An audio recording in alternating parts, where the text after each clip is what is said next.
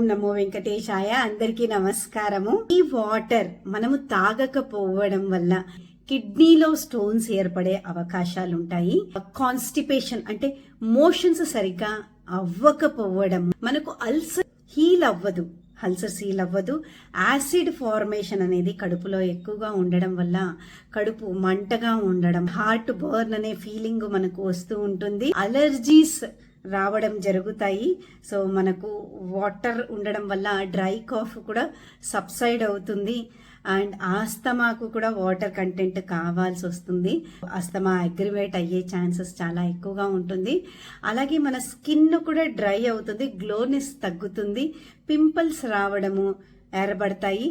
And హెయిర్కి వస్తే dry hair, ఫ్రిజ్జీ hair, blood pressure, ఇలా అంటే బీపీ ఎక్కువ అవుతుంది అనమాట. ఒబేసిటీకి కూడా ఒక కారణము వాటర్ లేకపోవడము అనేది మనము తెలుసుకోవాల్సిన విషయం. అయితే ఈ వాటర్ ఎంత కావాలి మనకు ఒక మనిషికి 2.5 to 3 లీటర్స్ ఆఫ్ వాటర్ కావాలి. మరిన్ని విషయాలు నీళ్ల గురించి వచ్చే నెక్స్ట్ వీడియోలో మనం తెలుసుకుందాము. అంతదాకా సెలవు తీసుకుందాం. మరి మీకు నా వీడియో నచ్చితే లైక్ చేయండి, సబ్స్క్రైబ్ చేయండి, మరి అందరికీ షేర్ చేయండి. ధన్యవాదములు.